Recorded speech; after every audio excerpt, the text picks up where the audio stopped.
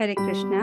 हम श्रीमद् भगवत गीता के पंचम अध्याय कर्म योग कृष्ण भावना भावित कर्म इस अध्याय की पुनरावृत्ति कर रहे हैं और आज इस पर हमारा तीसरा दिवस है। पिछली कक्षा में आपने कहाँ तक पढ़ा था उसको देखिए।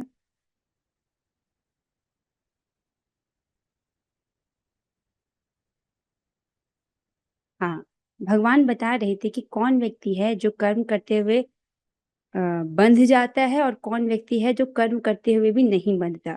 तो इसको आपने पढ़ा कि जो समस्त कर्म फल को कृष्ण को अर्पित करता है उसे शुद्ध शांति प्राप्त होती है, लेकिन जो अपने ही कर्म फल का, अपने श्रम का फल कामी है उसे बंधन प्राप्त होता है। राइट, बंधन अर्थात एक और भौतिक योनि उसको प्राप्त होती है। आइए आज हमको यहाँ से पढ़ना है अध्याय 5 श्लोक संख्या 13। सर्वकर्माणि मनसा संन्यस्यास्ते सुखं वशी नवद्वारे पुरे देहि नैव कुर्वन्न कार्यन्। जब देहधारी जीवात्मा अपनी प्रकृति को वश में कर लेता है और मन से समस्त कर्मों का परित्याग कर देता है, तब वह 9 द्वारों वाले नगर अर्थात भौतिक शरीर में बिना कुछ किए कराए सुखपूर्वक रहता है। जब देहधारी जीवात्मा अपनी प्रकृति को वश में कर लेता है, अपनी प्रकृति को वश में कर लेता है अर्थात इंद्रिय तृप्ति की जो प्रवृत्ति है उसको वश में कर लेता है, राइट।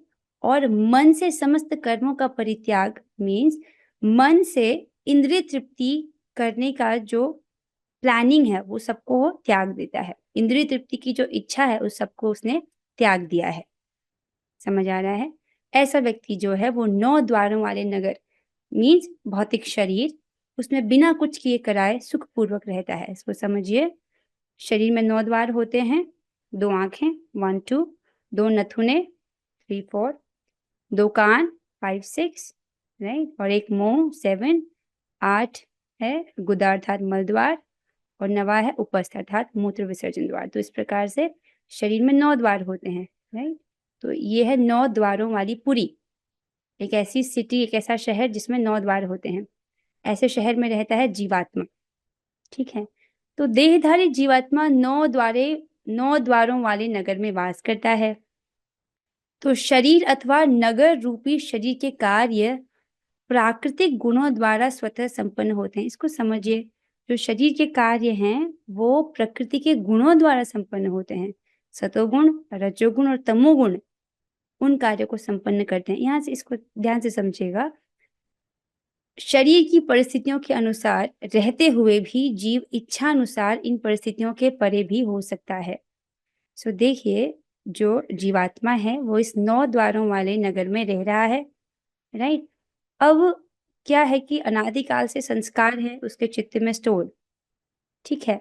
अब वो उस पे भोग इच्छा अपनी जब इच्छा मिलाता है तो उससे, राइट, संस्कार प्लस इच्छा शक्ति इक्वल्स टू काम, तो वो काम में ही लग सकता है। या वो क्या कर सकता है, अपनी इच्छा शक्ति का इस्तेमाल करते हुए अपनी इंद्रियों को भगवान की सेवा में लगा सकता है।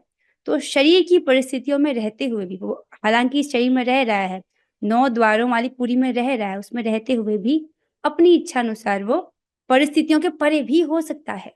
कैसी इच्छा? भगवान की सेवा करने की इच्छा।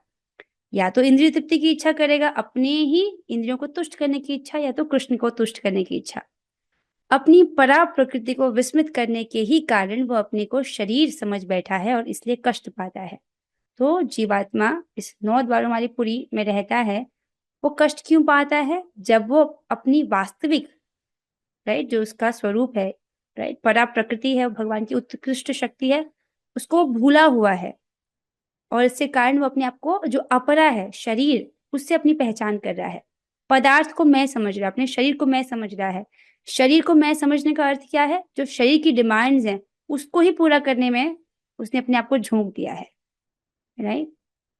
न कर्तृत्वं न कर्माणि लोकस्य सृजति प्रभु न कर्म फल संयोगम स्वभावस्तु प्रवर्तते। शरीर रूपी नगर का स्वामी देहधारी जीवात्मा न तो कर्म का सृजन करता है, न लोगों को कर्म करने के लिए प्रेरित करता है, न ही कर्म फल की रचना करता है। ये सब तो प्रकृति के गुणों द्वारा ही किया जाता है। इसको समझिए, बहुत सुंदर पॉइंट है।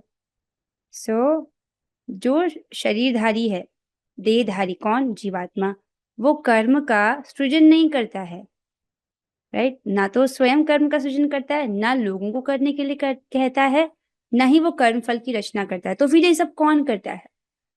उत्तर में कह रहे हैं ये सब तो प्रकृति के गुणों द्वारा किए जाते हैं। प्रकृति के गुण अर्थात सतोगुण, रजोगुण और तमोगुण। क्या कह रहे हैं इसको ध्यान से समझिए। देखिए, संयोगवश परा प्रकृति अर्थात जो जीवात्मा, इसको भगवान 7वें अध्याय में कहेंगे कि जो जीवात्मा है उनकी परा प्रकृति है। परा प्रकृति अर्थात उनकी उत्कृष्ट शक्ति, और जो ये पदार्थ है, मैटर, वो उनकी अपरा प्रकृति है। ठीक है, तो अब क्या है कि अनादिकाल से जीवात्मा इस अपरा प्रकृति के संपर्क में रहा है। मीन्स अगर आप समय में जितना भी पीछे जाएंगे, अनादि मीन्स जिसकी कोई शुरुआत नहीं है, तब से जो जीवात्मा है वो अपरा प्रकृति अर्थात पदार्थ के संपर्क में रहा है, जिससे कारण वो समझता है कि मैं ही ये पदार्थ हूँ, पदार्थ हूँ मतलब मैं ही ये शरीर हूँ, इस प्रकार से वो समझने लगता है। और ऐसे बद्ध वातावरण में रहते हुए मनुष्य अपने आप को अज्ञानवश शरीर मानकर शरीर के कर्म फलों का भोग करता है, राइट? अपने आप को शरीर समझता है और शरीर के जो कर्म फल हैं उनको भोगता है और कष्ट पाता है। अब इसको टेक्निकली समझिए कि क्या कह रहे हैं इसको, राइट? यहाँ तक तो समझ आ गया होगा। अगर नहीं समझ आया तो उसको आप टेक्निकली समझिए, कारण और कार्य के रूप में, कार्य कारण के रूप में इसको समझिए, कॉज और इफेक्ट। जैसे कि प्रकृति के तीनों गुण अर्थात सतोगुण, रजोगुण और तमोगुण, ठीक है, ये है कारण, और इनका जो कार्य है वो है भौतिक देह, राइट? आसान भाषा में जैसे गाय है, गाय हमको दूध देती है, तो दूध का कारण क्या है? गाय। और गाय का कार्य क्या है? दूध। ये वाला तो उदाहरण समझ आ रहा है ना, सिंपल भाषा वाला, राइट? दूध किसका कार्य है? गाय का, राइट? और गाय, जो दूध का कारण क्या है? गाय। इस भाषा में समझ आ रहा है? ठीक है, सो इधर आइए। ये जो प्रकृति के तीनों गुण हैं, इसका कार्य है भौतिक देह, ये जो शरीर है। अब इसको रिफ्लेक्ट कीजिए, अभी आपको एक भौतिक देह प्राप्त है, ऐसा क्यों है? आप भौतिक देह में क्यों हो? आप इस वक्त आध्यात्मिक देह में क्यों नहीं हो? राइट? भौतिक देह में हम इसलिए हैं क्योंकि अनादिकाल से हमने ऐसे कर्म किए जो कि भौतिक कर्म थे, अर्थात हमने प्रकृति के गुणों का संपर्क किया है, अब प्रकृति के गुण कमाए हैं चित्त में, तो उसके कारण हमको एक और भौतिक देह प्रदान कर दिया गया है। इस जन्म में भी अगर हम प्रकृति के तीनों गुणों का ही संपर्क करेंगे, सतोगुणी कार्य, रजोगुणी कार्य, तमोगुणी कार्य करेंगे, तो चित्त में वही बढ़ेगा और उसी अनुरूप हमको एक और भौतिक देह दे दिया जाएगा। सिंपल। तो ये जो भौतिक देह अभी हमको प्राप्त है, किसका कार्य है? प्रकृति के गुणों का। भौतिक देह किसका किसका कार्य है? भौतिक गुणों का, राइट? वही यहाँ पर समझाया जा रहा है कि ये सब तो प्रकृति के गुणों द्वारा ही किया जाता है, राइट? सो ये प्रकृति के गुणों के कार्य है। अब यहाँ पर इसको देखिए, प्रकृति के तीनों गुणों का कार्य है भौतिक देह। यहाँ तक तो समझ आ रहा है, राइट? सो प्रकृति के गुणों का कार्य है भौतिक देह।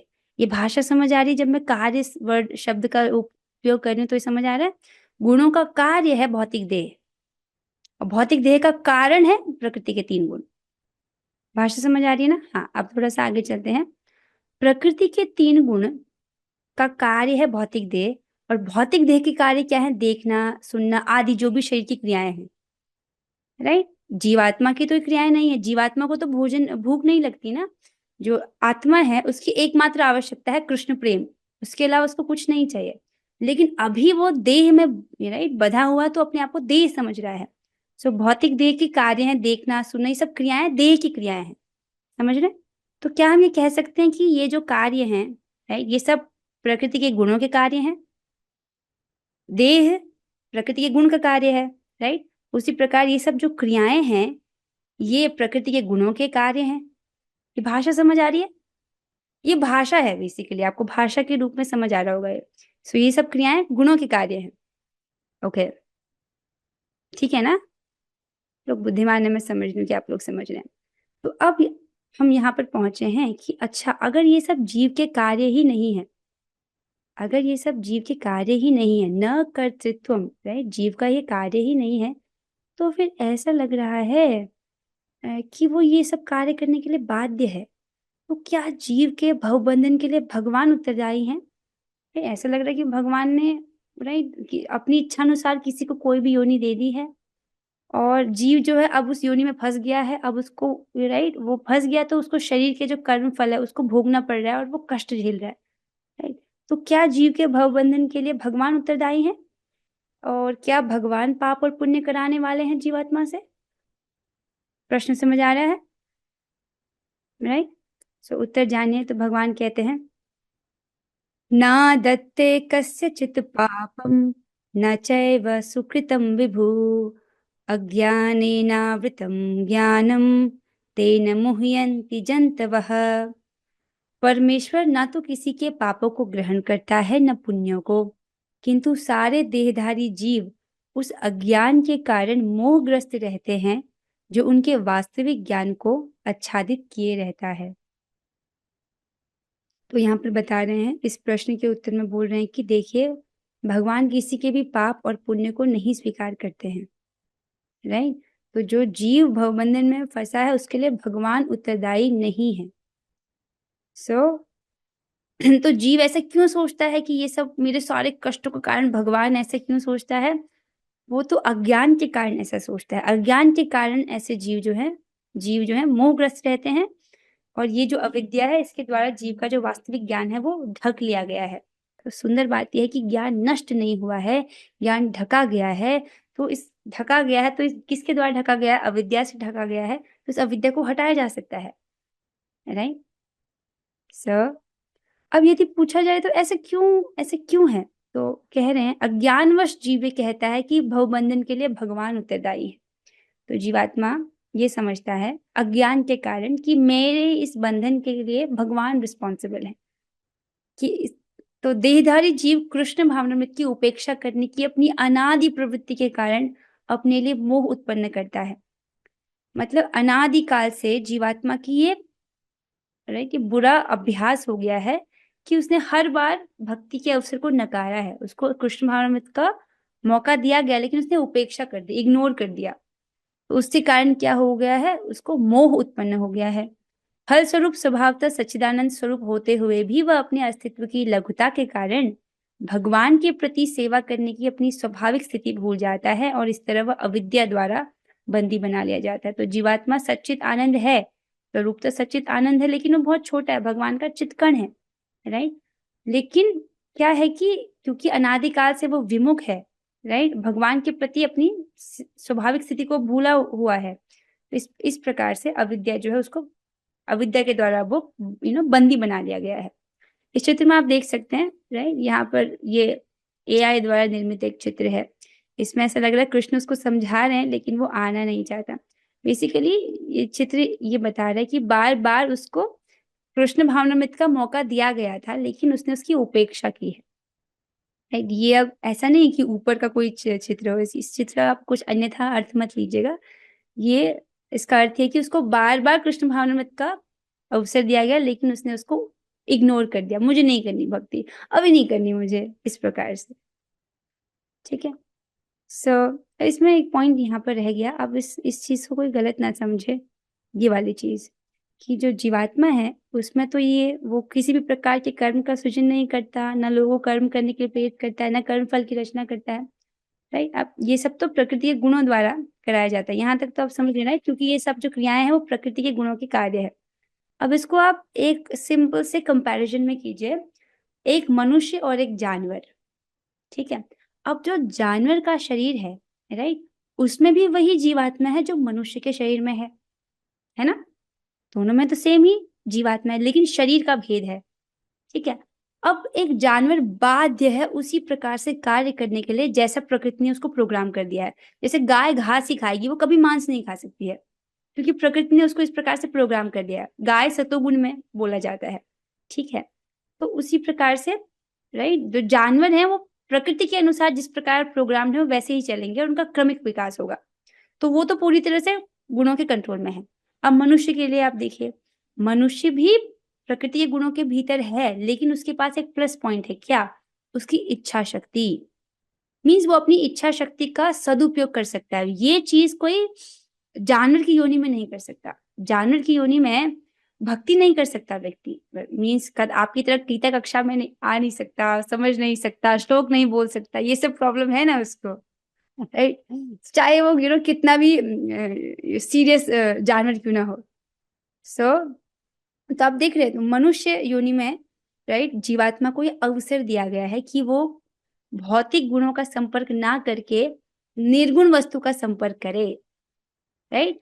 अभी तक उसकी प्रोग्रामिंग ऐसी हुई है कि वो गुणों के जिस प्रकार से गुण उसको नचा रहे हैं, सत्वगुण, रजोगुण, तमोगुण, वैसे कठपुतली की तरह वो नाच रहा है। यहाँ पर एक बहुत सुंदर चित्र रखा गया है, देखिए, ये जो तीनों गुण हैं मनुष्य को इस प्रकार से प्रेरित करते हैं। जिसके चित्त में सतोगुण है, वो सतोगुण उसको सतोगुणी कार्य के लिए प्रेरित कर रहा है। जिसके चित्त में रजोगुण है, वो उसको रजोगुणी ही चीजें करने के लिए और प्रेरित कर रहा है। जिसके चित्त में तमोगुण है, वो उसको तमोगुणी कार्य को करने के लिए प्रेरित कर रहा है। और जैसे जैसे वो कार्य करता है, वैसे वैसे उस गुण का संपर्क बढ़ता है और वो ही चित्त में और बढ़ जाता है। ऊर्ध्व गच्छन्ति सत्वतः, जो जिस व्यक्ति के चित्त में सत्व है, वो ऊपर की योनि को प्राप्त होता है, अर्थात देवताओं वाली योनियों को प्राप्त होता है। और मध्य तिष्ठन्ति राजसा, जो रजोगुण में है, वो इस पृथ्वी लोक पर रहता है। और जघन्य गुण जो तमोगुण वाले हैं, वो अधो गच्छन्ति तामसा, वो नीचे की ओर नरक लोगों को, निम्न योनियों को प्राप्त होते हैं। तो ये कितना सूक्ष्म है और कितना जरूरी है ये बात समझना। इस जगह तो बहुत सारे मनुष्य हैं, लेकिन इस ज्ञान से रहित हैं, कुछ भी कार्य कर रहे हैं, गुणों का संपर्क कर रहे हैं और अपने लिए एक भौतिक देह का निर्माण कर रहे हैं। हाँ, तो अब यहाँ पर आ रहे थे जानवर और मनुष्य में, आप भेद समझा आपने?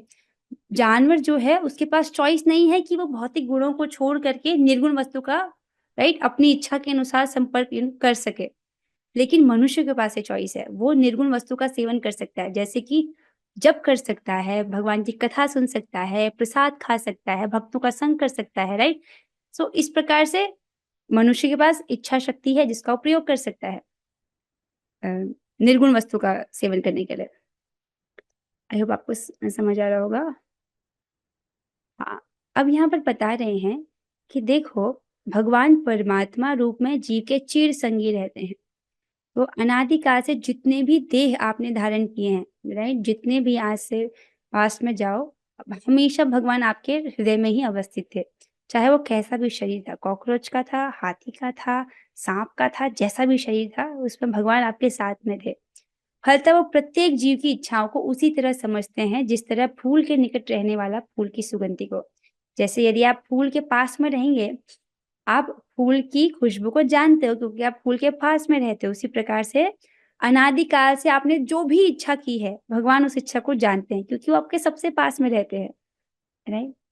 इसको उपनिषदों में बताया जाता है कि एक वृक्ष है, यह शरीर रूपी वृक्ष, उसमें दो चिड़ियाएं बैठी हैं। एक चिड़िया जो है वो वृक्ष के फलों को खाने में रुचि रख रहा है, राइट, अर्थात इंद्रिय तृप्ति में लगा हुआ है। और दूसरा पक्षी बस उसको देख रहा है, उसकी प्रतीक्षा कर रहा है कि कब ये मेरी ओर मुड़े। वो दूसरा पक्षी कौन है? हृदय में बैठे हुए परमात्मा। आगे चलते हैं। फिर भगवान कहते हैं, ज्ञानेन तु तद ज्ञानम येषां नाशितमात्मनः तेषाम् आदित्यवज् ज्ञानम प्रकाशयति तत्परम। किंतु जब कोई उस ज्ञान से प्रबुद्ध होता है जिससे अविद्या का विनाश होता है, तो उसके ज्ञान से सब कुछ उसी तरह प्रकट हो जाता है जैसे दिन में सूर्य से सारी वस्तुएं प्रकाशित हो जाती है। बहुत सुंदर। पिछले श्लोक में बोला भगवान ने, जीवात्मा का जो ज्ञान है वो अविद्या के द्वारा ढका हुआ है, राइट? वो अज्ञानवश वो भगवान को अपने भवबंधन का दोषी ठहराता है, राइट? और ये उसका जो वास्तविक ज्ञान है अविद्या से ढक लिया गया है। तो ये अविद्या का विनाश कैसे होता है? जब कोई उस ज्ञान से प्रबुद्ध होता है, राइट? तो ज्ञान से सब कुछ, राइट, उसी तरह से प्रकट हो जाता है जैसे दिन में, राइट, सूर्योदय होने पर सारी वस्तुएं दिखने लगती हैं, राइट? किस ज्ञान से? राइट, वो ज्ञान क्या है? देखिए, अनेक जन्म बीत जाने पर ही पूर्ण ज्ञान प्राप्त करके मनुष्य कृष्ण की शरण में जाता है। तो ज्ञान है कृष्ण की शरण में जाना। अथवा जब उसे कृष्ण भावनामृत प्राप्त होता है तो उसे सब कुछ प्रकट होने लगता है। जिस प्रकार सूर्योदय होने पर सारी वस्तुएं दिखने लगती हैं। यदि अगर पूछा जाए कि ये किस ज्ञान की बात कर रहे हैं यहाँ पर, राइट, किंतु जब कोई उस ज्ञान से प्रबुद्ध होता है, उस ज्ञान से युक्त होता है जिस ज्ञान से अविद्या का नाश हो सके, वो कौन सा ज्ञान है? इसके लिए एक श्लोक लिया गया है, अध्याय 7 श्लोक संख्या 29 से। अध्याय 7 श्लोक संख्या 19, जिसमें भगवान कहते हैं, बहूनां जन्मनां अन्ते ज्ञानवान् मां प्रपद्यते वासुदेवः सर्वमिति स महात्मा सुदुर्लभः। श्री भगवान कह रहे हैं, अनेक जन्म जन्मांतर के बाद जिसे सचमुच ज्ञान होता है, वह मुझको समस्त कारणों का कारण जानकर मेरी शरण में आता है। ऐसा महात्मा अत्यंत दुर्लभ होता है। राइट? वो व्यक्ति क्या समझ रहा है कि भगवान सभी कारणों के कारण है। भगवान पहले भी बोल चुके हैं कि मैं सारे भौतिक और आध्यात्मिक जगतों का स्रोत हूँ। राइट? सभी कारणों के परम कारण है भगवान। ऐसा जान करके वो भगवान की शरण ग्रहण करता है। राइट? सो ऐसा महात्मा क्या अत्यंत दुर्लभ है। सो किसी को कुछ प्रश्न आया है, एक बार देख लेते हैं। जीव भगवान का अंश है और ये शरीर भी भगवान का दिया हुआ है। मुझे ये समझ नहीं आ रहा है, इसका शक्ति कैसे जीव की होगी? क्या इच्छा शक्ति कैसे जीव की होगी? ओ, आप इच्छा शक्ति बोलना चाहते हैं माता जी? एक मिनट, इच्छा शक्ति, हाँ ओके। तो जीव के पास देखिए, जीव भगवान का अंश है। राइट? जीव भगवान की तटस्था शक्ति है, सही बात है। लेकिन हर जीवात्मा को एक स्वतंत्र इच्छा दी गई है और भगवान उस स्वतंत्र इच्छा में इंटरफेयर, हस्तक्षेप नहीं करते हैं। हर जीवात्मा के पास ये स्वतंत्र इच्छा है। राइट? उसी प्रकार से, और ये स्वतंत्र इच्छा भगवान ने हमें क्यों दी है? ताकि हम उनसे प्रेम कर सके। अगर भगवान हम पर शासन करना चाहते तो हमको स्वतंत्र इच्छा देने की क्या जरूरत थी? अगर वो हमको कैदियों की तरह ट्रीट करना चाहते तो हमको स्वतंत्र इच्छा क्यों दी है? स्वतंत्र इच्छा की वहां पर आवश्यकता होती है जहां प्रेम की बात है। वो जबरदस्ती हम किसी से प्रेम नहीं करा सकते।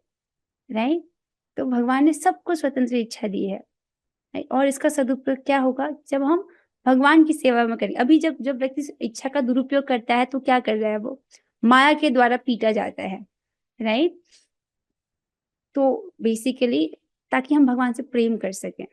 इच्छा शक्ति जीव के पास है माता जी, इसका कोई ऐसी समझना होगा। आपको समझ आ रहा है ये बात अनीता माता जी? ओके माता जी, ठीक है। सबके पास स्वतंत्र इच्छा है ताकि हम भगवान से प्रेम कर सकें। फिर आगे चलते हैं। तद्बुद्ध्यस्तदात्मानस् तन्निष्ठास्तत्परायणाः गच्छन्त्य अपुनरावृत्तिम ज्ञान निर्धूत कल्मषाः। जब मन, बुद्धि, श्रद्धा तथा शरण सब कुछ भगवान में स्थिर हो जाते हैं, तभी वह पूर्ण ज्ञान द्वारा समस्त कल्मष से शुद्ध होता है और मुक्ति के पथ पर अग्रसर होता है। यदि प्रश्न हो तो कब ये जो अविद्या का, कब इसका विनाश होगा, कब सब प्रकार के कल्मष नष्ट होंगे? जब उसका मन, बुद्धि, श्रद्धा और शरण, जब उसने सब भगवान में ही स्थिर कर लिया है। राइट? इसको भगवान कहते हैं, देखो मत्तः परत्रम नान्यत् किंचित अस्ति धनंजय। भगवान कहते हैं कि हे धनंजय, आपके प्रिय मित्र कृष्ण से परे और कुछ नहीं है, मुझसे श्रेष्ठ और कोई सत्य नहीं है। देखिए भगवान, कोई ऐसा सोच सकता है कि भगवान तो अपनी तारीफ करे, नहीं, ऐसी बात नहीं है। देखो भगवान अगर हमको नहीं बताएंगे तो आप किससे सुनोगे? राइट?